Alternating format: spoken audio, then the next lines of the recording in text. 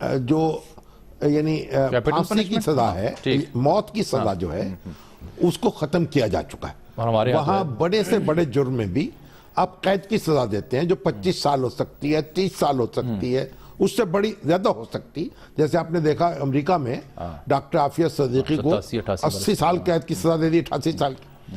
تو اب یہ ہے کہ لیکن موت کی سزا نہیں دی جاتی. اب پاکستان میں کیونکہ موت کی سزا قانونی طور پر برقرار ہے، اس لیے جب کسی ملزم پر کوئی ایسا مقدمہ قائم ہوتا ہے جس میں موت کی سزا مل سکے تو وہ پھر یورپی ممالک جو ہیں اور خود برطانیہ بھی وہ اس سے گریز کرتے ہیں اس ملزم کو آپ کے سپرد کرنے سے. اسی لیے معاہدہ بھی نہیں ہوا ہمارا ان کے ساتھ قیدیوں کے تبادلے کا. ہم میرا خیال اگر کسی قیدی پر ایسا جرم ہو جو اس میں موت کی سزا سے نہ دی جا سکے، 5 سال قید ہو، 10 سال قید ہو، پھر تو یہ تو بڑی اس کا تبادلہ آسان ہوتا ہے. تو پھر تو یہ بڑی اہم کیس ہے جو کہا جا رہا ہے کہ ہیٹ سپیچ 22 اگست کی، اس میں تو کیپٹل پنشمنٹ نہیں ہو سکتی نا. تو اس کی بنیاد اگر بنا لی گئی ہے کہ اس کو حوالے کیا جائے، پھر تو یہ کچھ لین دین ہو سکتی ہے شاید. دیکھیے اس میں بات یہ کہ اگر کسی ملزم پر وارنٹ تو ایک مقدمے نکلے ہیں، لیکن ایسے مقدمات اور بھی موجود ہیں جن میں اس کو قتل کی پھانسی کی سزا ہو سکتی ہے. اشتہاری بھی ہیں کئی مقدمات میں. تو پھر آپ یہ نہیں کہہ سکیں گے ان کے اوپر صرف ایک مقدمہ. تو پھر وہ جو ملٹیپل مقدمات ہیں وہ بھی روکیں گے اس معاملے کو. لیکن اس طرح اب یہ جو الطاف حسین صاحب ہیں ان کی دوہری شہریت ہے. اچھا، اس حوالے سے بھی ایک کنفیوژن یہ تھی کہ جی وہ پاکستانی شہریت شاید پاکستانی شہریت برطانیہ کی شہریت قبول کرنے کے لیے پاکستانی شہریت سے دستبردار ہونا ضروری نہیں ہے. ٹھیک ہے. اور دونوں شہریتیں ساتھ ساتھ چل سکتی ہیں جتنے بھی کامن ویلتھ کے ممالک ہیں اور یہاں جن ملکوں کے ساتھ کا آپ کا معاہدہ ہو. یعنی امریکہ کے ساتھ بھی اب پاکستان کی جو شہریت ہے وہ ساتھ ساتھ چل سکتی ہے. ٹھیک ہے. تو برطانیہ ہے، آسٹریلیا ہے، کینیڈا ہے، ان ممالک میں پاکستان جو ہے اس کی شہریت آپ قبول کر لیتے ہیں تو پاکستان کے شہری بھی رہتے ہیں اور آپ اس ملک کے شہری بھی نہیں، ان ملکوں کے کامن ویلتھ ملکوں کے. انڈیا نے یہ معاملہ ذرا مختلف کیا ہے. انڈیا میں تو معاملہ یہ جو ہی آپ کسی دوسرے ملک کی شہریت قبول کرتے ہیں، خواہ وہ کامن ویلتھ کنٹری کیوں نہ ہو، آپ کی جو بھارتی شہریت ہے وہ ختم ہو جاتی ہے. پھر آپ کو ایک کارڈ دیا جاتا ہے ایک انڈین ہونے کے ناطے، وہ کارڈ آپ کو جاری کر دیا جاتا ہے جس سے آپ اپنی آمد و رفت انڈیا میں ممکن ہوتی ہے. لیکن شہریت ان کی ختم ہو جاتی ہے. تو پاکستان میں اور انڈیا میں یہ فرق ہے. تو اب جو الطاف حسین صاحب، یہ دیکھیں ان کے اوپر ایک نفسیاتی دباؤ بھی آئے گا اس کا، اور ایک ان کے جو لواحقین یہاں ہیں ان کو بھی صدمہ پہنچے گا.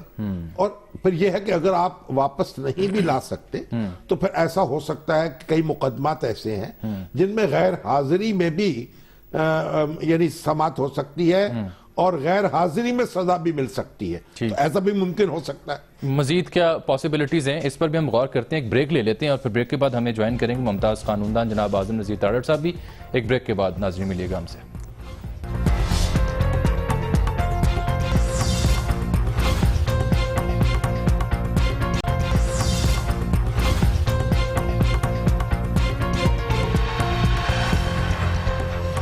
ویلکم بیک ناظرین. شام صاحب، اعظم تاڑڑ صاحب سے ہم بات کریں گے، لیکن اس سے پہلے اب میں یہ سوچ رہا تھا ریڈ وارنٹ کے حوالے سے کہ پاکستان نے اب تک جو ریڈ وارنٹس ایشو کیے مختلف شخصیات کے، وہ کس حد تک مؤثر رہتے ہیں جب اسٹیٹ لیول پر کسی مطلوبہ شخص کے ریڈ وارنٹ جاری کیے جاتے ہیں؟ دیکھیے کئی ممالک ایسے ہیں جن سے ہمارا کوئی معاہدہ نہیں ہے، لیکن انہوں نے اب وہ لوگ آپ کے حوالے کر دیے.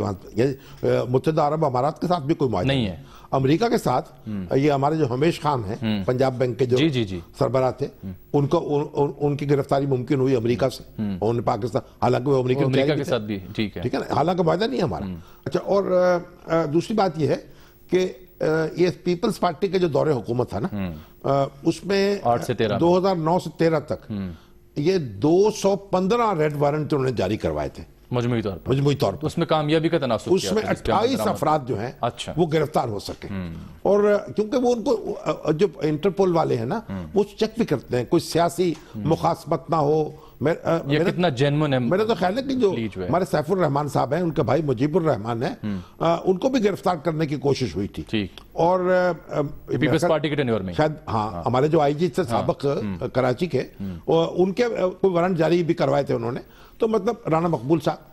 مگر سوال یہ ہے کہ وہ پھر سیاسی مقدمہ ایسا نہ ہو جس پہ کوئی سیاسی اناد نہ پایا جاتا ہو، کوئی ایسی انتقامی کارروائی نہ ہو رہی ہو، یہ ساری چیزیں بھی دیکھنی پڑتی. جو ہمارے جیسے ممالک ہیں جہاں ایک سیاسی انتقام کی بھی ایک اپنی تاریخ ہے، تو وہاں آنکھیں بند کر کے آپ اس پہ کارروائی نہیں کرتے. ٹھیک ہے. اور ہاں دوسری بات یہ، لیکن عدالتوں کے جو وارنٹ نکلے ہوئے ہیں ان کی ایک اپنی وقت ہوتی ہے، بہرحال ان کے وزن سے انکار نہیں کیا جا سکتا. ٹھیک ہے. ممتاز قانوندان جناب اعظم نذیر تارڑ صاحب اس وقت ٹیلی فون لائن پر موجود ہیں، ان سے ہی بات کر لیں. السلام علیکم تارڑ صاحب. السلام علیکم جی، کیسے ہیں شامی صاحب؟ السلام علیکم. السلام جی. تو تارڑ صاحب یہ بتائیے کہ یہ ریڈ وارنٹ نکالنے کی اجازت دی گئی ہے، تو آپ کے خیال میں یہ جو ڈوئل نیشنلز ہوتے ہیں ان کا معاملہ کیا ہوتا ہے؟ دونوں ملکوں کے قوانین ان کے اوپر نافذ ہو جاتے ہیں؟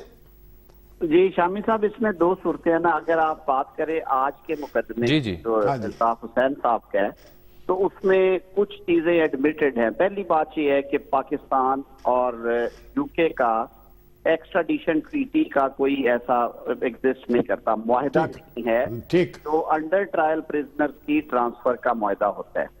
ٹھیک ہے. نمبر 1. نمبر 2، اس میں جو ایک چیز آئے گی وہ یہ ہے کہ اگر تو مقدمہ ہے جو آپ پہلے بات کر رہے تھے، اگر تو وارنٹ میں اینٹی ٹیررزم کا کیس اور مرڈر کے کیسز ہیں جن میں ڈیتھ سینٹینس ہے، تو پھر کیونکہ یورپ اور برطانیہ ابالش کر چکے ہیں سزائے موت، تو وہ principle of parity of punishment پہ ریفیوز کر دیتے ہوتے ہیں اسٹریٹ اوے. لیکن یہ تو دوسری صورت بھی ہے نا کہ ہیٹ سپیچ کے تناظر میں جو 22 اگست کی ان کی تقریر ہے، وہ بات میں سن رہا تھا شامی صاحب، وہ اچھی بات ہے، لیکن اس پہ بھی شامی صاحب ہوگا یہ کہ یہ ڈسکریشن چلی جائے گی. اگر تو معاہدہ ہو آپ کا ایکسٹراڈیشن کا، تو پھر آپ اس میں کیٹیگری آف افینسز لکھ چکے ہوں تو اگلی ریاست پابند ہوتی ہے کہ وہ آپ کو بندہ ایکسٹراڈائٹ کر دے. ہاں اس بندے کے پاس ایک اپیل کا رائٹ ہوتا ہے. آپ حمیش خان کا ذکر کر رہے تھے نا، حالانکہ معاہدہ نہیں تھا اور حمیش خان امریکی شہری بھی تھے، لیکن اس میں فرق یہ آیا کہ حمیش خان نے اپیل کر کے واپس لے لی، اس نے کہا نہیں میں جا کے فیس کرنا چاہتا ہوں،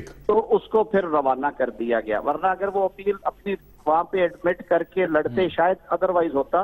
تو اس کیس میں بھی یہ ہے کہ الطاف حسین کیونکہ ہمارا معاہدہ نہیں ہے، نمبر 1. نمبر 2، ہم اگر انڈیویجول کی بیسس پہ 1 to 1 کیس پہ ان کا کیس کر لیں تو ان کو ایک رائٹ آف اپیل ہوگا یو کے کی عدالتوں کے پاس. اور اس میں پھر وہی باتیں جو آپ کر رہے تھے کہ وہ دیکھتے ہیں کہ آیا جو جرم ہے اس میں کوئی سیاسی انتقام کی بو تو نہیں آتی. نمبر 2، سزا ایسی تو نہیں جو کہ یو کے قوانین سے متصادم ہے. ٹھیک ہے. نمبر 3 کہ اس ریاست کا ہمارے ساتھ رویہ کیا رہا ہے ایکسچینج میں پہلے والے کیسز میں.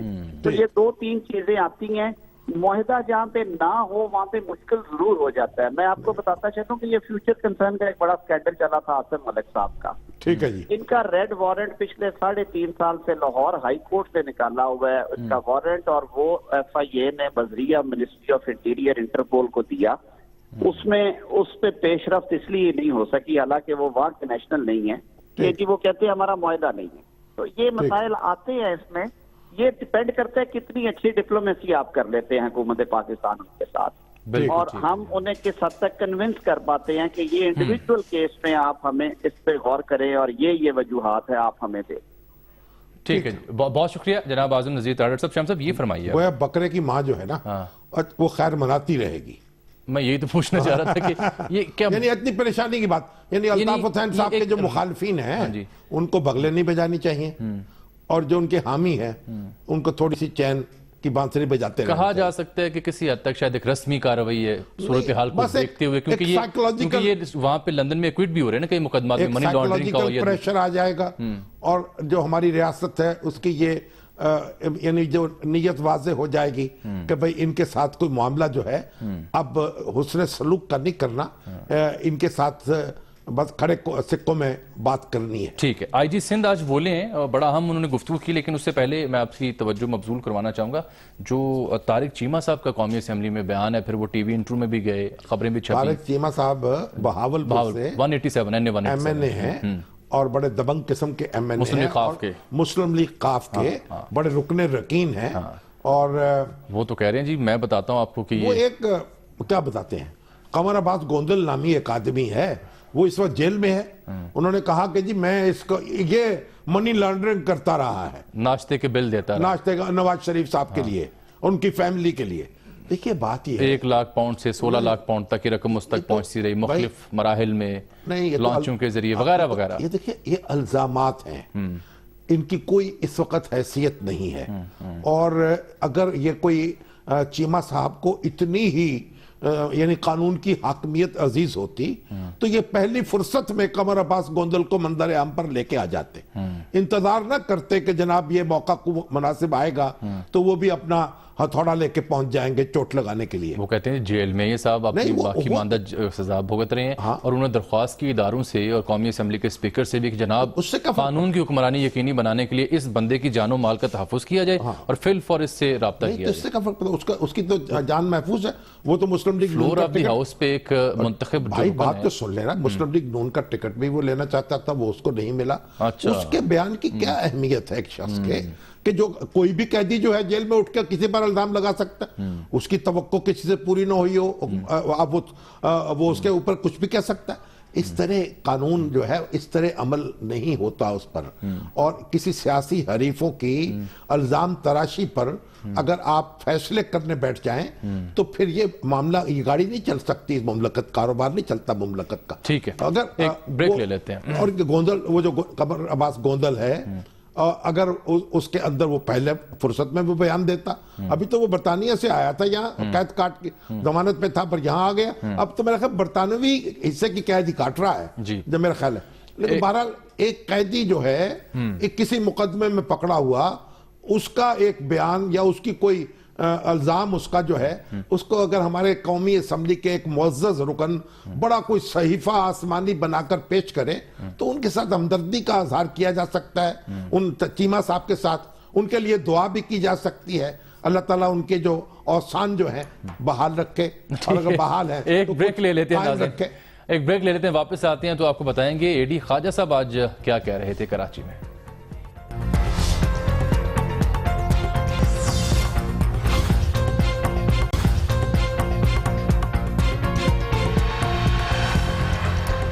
ویلکم بیک ناظرین. شام صاحب، اللہ ڈینو خواجہ صاحب ہیں آئی جی سندھ، آج کراچی چیمبر آف کامرس میں تاجروں سے اے ڈی خواجہ المعروف، دیکھیں نا ایک زمانے میں تو اللہ دیتا خواجہ جو تھے وہ اے ڈی خواجہ ہوتے تھے. اللہ ڈینو سندھ میں ہو گیا. معروف ہمارے شاعر ہیں نا اردو کے، اے ڈی اظہر مرحوم، جو ہمارے پی ٹی وی کے جو بہت بڑے مینیجنگ ڈائریکٹر تھے، تو ان کا نام بھی اسلم اظہر مرحوم. اچھا، ان کے والد تھے اور اللہ دیتا اظہر، تو اے ڈی اظہر کہلاتے تھے. تو یہ اللہ ڈینو ہے. ہاں جی، سندھ میں کہلیں اللہ نے دیا. ہاں ٹھیک ہے. تو اے ڈی پنجابی میں اللہ دیتا. جی، بڑی عام انہوں نے سپیچ کی وہاں پر چیمبر آف کامرس میں، اور اس موقع پر انہوں نے کہا کیا، 2-3 اہم ان کی گفتگو کے. یہ جو خواجہ صاحب ہیں یہ بہت دبنگ افسر ہیں، اور کافی ایسی چنگاری بھی یارب اپنے خاکستر میں تھی، اور بڑے اسٹریٹ فارورڈ ہیں اور لگی لپٹی نہیں رکھتے. وہی تو انہوں نے کی سیدھ میں چلتے کی ہے نا، سیدھی بات میں آپ کو سنانا چاہ رہا ہوں. اچھے پولیس افسر ہیں اور اچھی شہرت ہے. دیکھیے پھر انہوں نے کہا کہ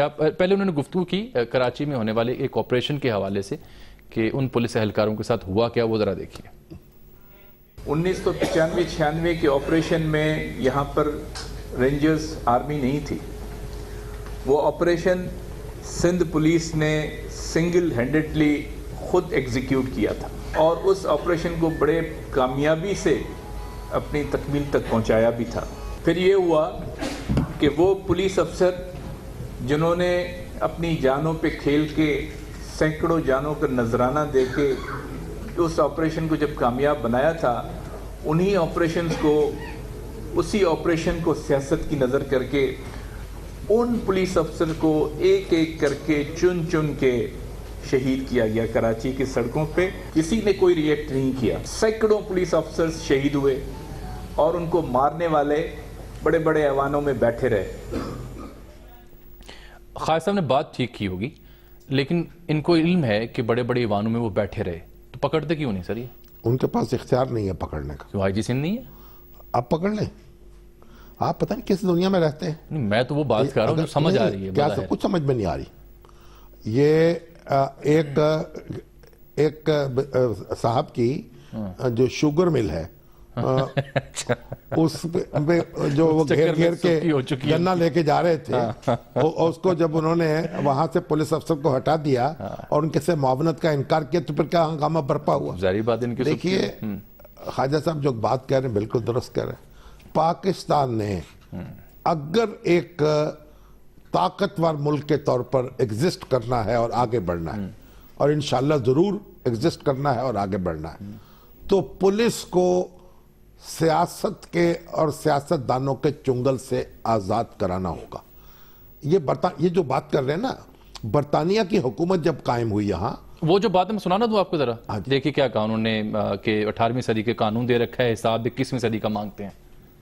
بتائیے کہ جب آپ ہم سے 21ویں صدی کی توقعات رکھتے ہیں تو آپ مجھے 1861 کا قانون ہاتھ میں پکڑوا کے مجھ سے کیسے 21ویں صدی کی آپ توقعات رکھ سکتے ہیں؟ کیونکہ جب تک یہ قانون تبدیل نہیں ہوگا تب تک آپ کی پولیس فورس معاشرے کی صحیح طریقے سے خدمت کرنے کے قابل نہیں ہوگی. دیکھیے قانون تو تبدیل عوامی نمائندوں نے کرنا ہے. 1857 میں برطانیہ کی براہ راست حکومت یہاں قائم ہوئی. ٹھیک. اس سے پہلے کمپنی کی حکومت تھی، اور 4 سال بعد وہ ایک پولیس آرڈر لے کے آئے. 61 میں وہ آج بھی نافذ ہے. ماشاءاللہ. غلام ملکوں میں جو پولیس ہوتی ہے وہ لوگوں کو سپریس کرنے کے لیے ہوتی ہے، وہ ایک ٹول ہوتی ہے حکمرانوں کا. اور آزاد ملکوں میں جو پولیس ہوتی ہے وہ ایک خود مختار ادارے کے طور پر کام کرتی ہے. وہ سیاست دانوں کا ٹول نہیں ہوتی، حکمرانوں کا ٹول نہیں ہوتی، ان کے مخالفوں کی سرکوبی کرنے کے لیے نہیں ہوتی.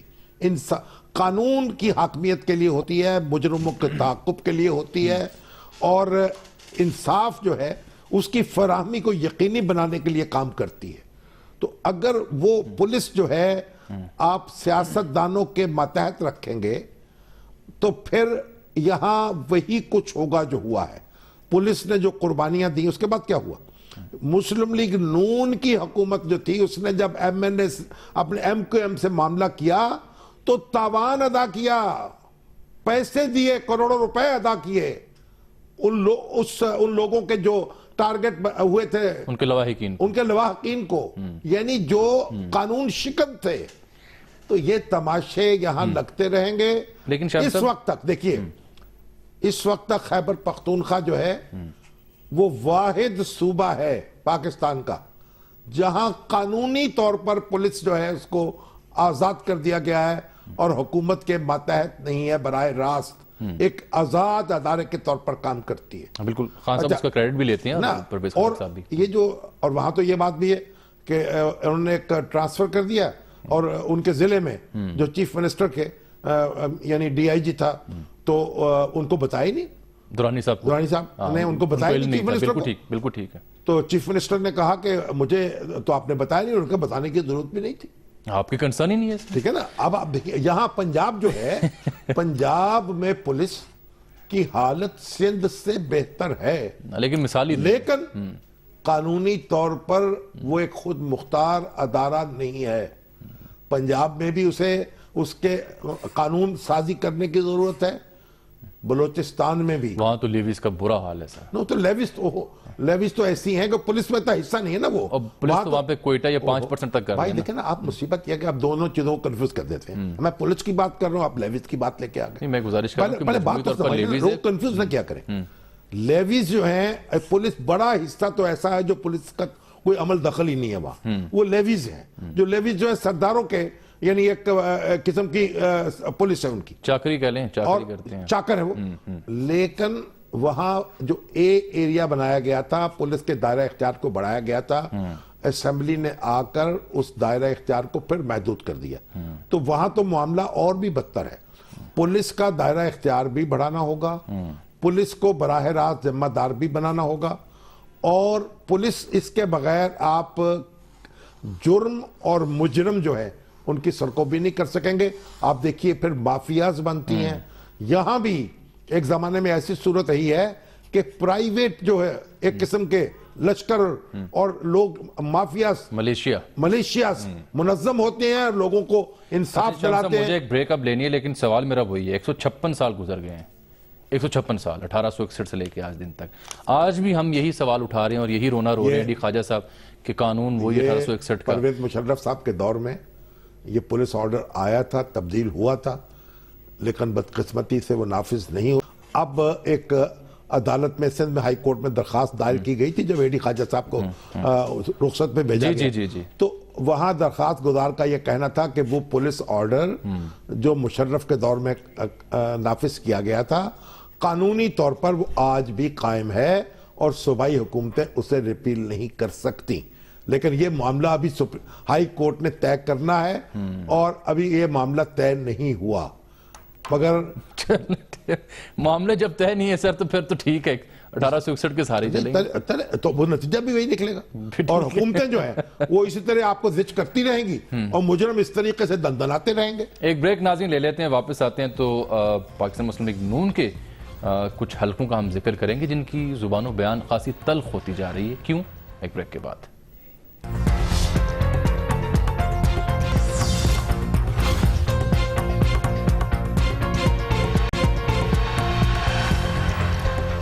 پروگرام کے آخری حصے میں آپ کے کچھ ٹیلی فون کالز بھی ہم لیں گے ناظرین, اور ساتھ میں ہمیں ذکر کرنا تھا نون لیگ کے کچھ وزراء کا جن کی زبان و بیان ترش ہوتا جا رہا ہے. وجہ کیا ہے سنائیں گے مثال کے ساتھ, پھر تبصرہ شامی صاحب کا. لیکن شامی صاحب, شہباز شریف صاحب کا ایک جو وزیر اعلیٰ پنجاب ہے ٹویٹ آیا کہ جناب کمپلیٹ بین آن بسنت, اور ہم انسانی جانوں سے کھیلنے کی اجازت نہیں دے سکتے. خلاف ورزی کی صورت میں جو متعلقہ ڈی پی اوز ہیں وہ ذمہ دار ہوں گے. انا للہ و انا الیہ راجعون. یہ حکومت ہے جو کہتی ہے کہ میں بہت مستعد ہوں, میری بڑی گرفت ہے, میں قانون شکنوں کو قابو کر سکتی ہوں, اور بسنت کے تہوار کو خوار کرنے والے جو دھاتی تار بنانے والے ان کو قابو نہیں کر سکتی ہے. بلکہ تہوار پہ قابو پا لیا, یعنی تہوار ختم کر دیا.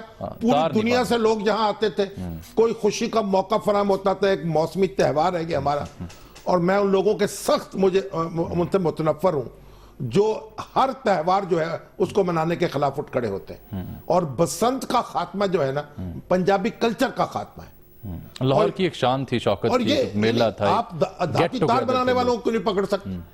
یہ حکومت کہہ رہی ہے جو ہزاروں آدمی ٹریفک ایکسیڈنٹ میں مرتے ہیں اور اس کی فکر نہیں ہے. آج تک میں نے بیان نہیں دیکھا وزیر اعلیٰ کا. وہ تو کل ہم بڑا تفصیل سے ذکر کریں گے. سر یہ ذرا رانا ثناءاللہ صاحب کو سنیے ذرا, دیکھیے رانا ثناءاللہ صاحب کیا فرما رہے ہیں.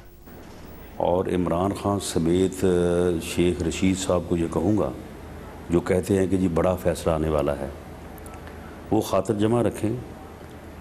میاں نواز شریف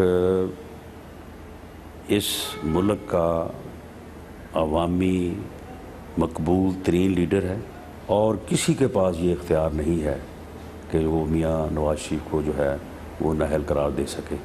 میاں نواز شریف کو غیر عوامی, غیر سیاسی, غیر جمہوری طریقے سے اگر عوامی مینڈیٹ سے علیحدہ کرنے کی کوئی بھی کوشش کی گئی اور کسی طرف سے بھی ہوئی, کوئی بھی اس کا حصہ بنا, تو اسے عوام کے بے پناہ اور شدید ترین رد عمل کا جو ہے وہ سامنا کرنا پڑے گا. اور عوام نے پچھلے 70 سالوں میں یہ ثابت کیا ہے کہ اس کے مینڈیٹ کی جب بھی اور جس قوت یا طاقت نے توہین کی ہے, عوام نے اس کو قبول نہیں کیا. کورٹ سے فیصلہ جو ہے وہ عوام کی امنگوں کے مطابق ہی آنا چاہیے, اور انشاءاللہ ایسا فیصلہ ہی آئے گا. یہ تو کورٹ کو ڈکٹیٹ نہیں کر رہا رانا ثناءاللہ. رانا ثناءاللہ جو ہے یہ اصل میں پیپلز پارٹی میں رہے ہیں نا, تو ایک اور شاہکار بھی ہمارے پاس پیپلز پارٹی میں ذوالفقار علی بھٹو صاحب وزیر اعظم تھے نا. آج مجھے یار دوست یہ کہہ رہے تھے کچھ لوگ کہ یہ ان کے زبان و بیان سے لگ رہا ہے کہ یہ شاید بھٹو بنانا چاہ رہے ہیں. وہ جیالے جو تھے جیسے انہوں نے بھٹو کو بچایا تھا اس طریقے سے یہ نواز شریف صاحب کو بچانا چاہتے ہیں.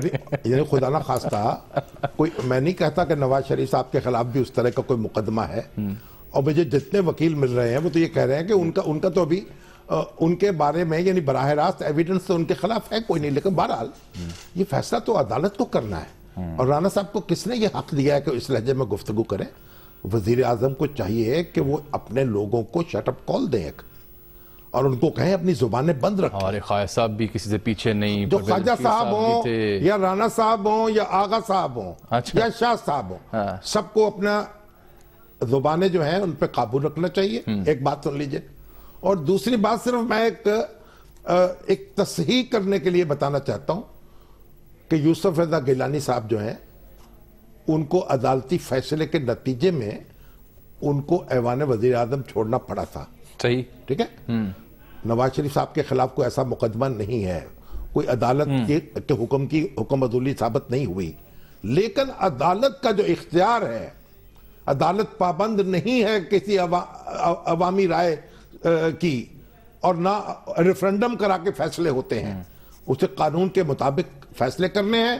اور یہ اس طرح کی جو باتیں رانا صاحب کر رہے ہیں, نہ خنجر اٹھے گا نہ تلوار ان سے, یہ بازو میرے آزمائے ہوئے ہیں. بالکل ٹھیک ہے. ابھی ویسے پروگرام وقت بہت کم ہے شامی صاحب, میں چاہ رہا تھا خواجہ سار رفیق صاحب اور پروفیسر شریف صاحب کی انٹری پھر کسی اور عرض کریں گے. ابھی ایک ٹیلی فون کال ہے بڑی امپورٹنٹ. پہلے سن لی بس, ہمارے جو روزنامہ اوصاف کے چیف ایڈیٹر ہیں مہتاب خان عباسی صاحب, ان کی والدہ کا انتقال ہوا, انہیں مری میں ان کا جو آبائی علاقہ ہے اس میں سپرد خاک کر دیا گیا.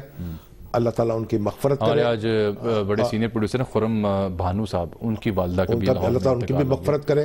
ہمارے قاری, ہمارے ناظرین جو ہیں ان سے گزارش ہے ان کے لیے سال ثواب. اچھا ایک مجھے کال لینے دیں, وقت بہت کم ہے, پروگرام کا ختم ہونے والا ہے. ظہیر صاحب ہیں, بڑے سینئر جرنلسٹ حیدرآباد سے. اچھا اب اگر کتنے منٹ باقی ہیں ابھی؟ بہت کم وقت ہے جی. السلام علیکم ظہیر صاحب. وعلیکم السلام جناب. فرمائیے گا جناب, کیا کہنا چاہ رہے ہیں؟ حضور آپ فرمائیں, کیا کہنا چاہتے ہیں ظہیر صاحب؟ شکرگزار ہوں کہ آپ نے مجھے گفتگو کا موقع دیا. میں جو افسوسناک واقعہ بیان کر رہا ہوں اس کا تعلق قومی ایئر لائن PIA سے ہے. جلدی سے بیان کر دیں. کراچی سے پرواز 0896 کے ذریعے کوالالمپور جاتے ہوئے میرے بیٹے السوار احمد کا ایک سوٹ کیس کھول کر قیمتی آئی سیل پین فون چوری کر لیا گیا, جو میرے ایک دوست کے بیٹے کی امانت اور ڈبے میں گفٹ کے طور پر چیک تھا. غالب امکان ہے کہ یہ فون سامان کی اسکیننگ کے دوران مارک کرنے کے بعد چوری کیا گیا, کیونکہ دوسرے سوٹ کیس جو کہ بند رہے. باکمال لوگوں کی لاجواب واردات کے علاوہ قومی ایئر لائن سے آپ کا شکوہ ہے, یعنی ٹھیک ہے, آپ کا شکوہ ہے, آپ نے ان کو شکایت درج کرا دی ہے اپنی. چلیے ٹھیک ہے, قومی ایئر لائن سے شکوہ دانیال گیلانی صاحب جو اس طرف توجہ کریں, وہ بھی توجہ کریں اس معاملے پہ. اچھا آپ دیکھیے, ایک بڑی دو باتیں رہ گئی ہیں. ایک تو ڈان لیکس پر, ایک جو لاہور گیریئن میں آرمی چیف صاحب تشریف لائے تھے. اچھا کیا ہے ڈان لیکس پہ؟ تو یہ کہا جا رہا ہے کہ رپورٹ تیار ہو گئی ہے, ایک ٹی وی چینل نے وہ نشر کی ہے, پروفیسر شریف صاحب کا ذکر کیا جا رہا ہے. تو اس میں پرویز رشید صاحب کا, طارق فاطمی صاحب کا ان پر الزامات ہیں, لیکن اس کی کچھ تصدیق ابھی تک ہمیں نہیں ہو سکی. جب تک مصدقہ طور پر کچھ چیز سامنے نہ آئے, سرکار نے تو ابھی تک اس کی تصدیق نہیں کہا جا سکتا. سرکاری ذرائع تو نہیں اس کی تصدیق. تو وہاں کیریزن میں کیا ہوا؟ گیریئنس کی یہ خبر آ رہی ہے کہ جیسے کھاریاں گیریئن میں آرمی چیف صاحب پہنچے تھے, افسران نے کچھ سوالات کیے تھے مختلف قومی مسائل پر, ہاں ٹھیک ہے, اسی کو آگے بڑھا کر یہ تبصرے کیے جا رہے ہیں اب کہ لاہور میں بھی افسران کی ایک بڑی جماعت جو ہے بڑی کنسنسس کے ساتھ پاناما لیکس میں کنسرن تھا ان کو, کنسنسس کا لفظ استعمال کیا گیا تبصرے میں کہ فوجیوں کے ہاں کنسنسس تھا to raise question regarding Panama. مگر وہ بھی ایک چینل ہی کو الہام ہوا ہے نا. ہاں جی, وہ بھی باقاعدہ خبر ISPR کی تو نہیں, ISPR کی جانب. دیکھیے بات یہ ہے کہ پاناما لیکس جو ہے نا, یہ مقدمہ عدالت میں چل رہا ہے. فوجی افسر ہوں یا سول افسر ہوں, ان کو معلوم ہونا چاہیے اور ان کو مقدمے کے فیصلے کا انتظار کرنا چاہیے. باقی وہ اپنے چیف آف آرمی اسٹاف سے کوئی سوال کرتے ہیں, ان کو سوال کرنے کا حق ہے, وہ جواب دینے کا ان کو حق ہے. وہ ان کو جواب دیں گے, ان کو سمجھائیں گے کہ پیارے بچوں, قانون اپنا راستہ جو ہے متعین کر چکا ہے, اس لیے ذرا دیکھو.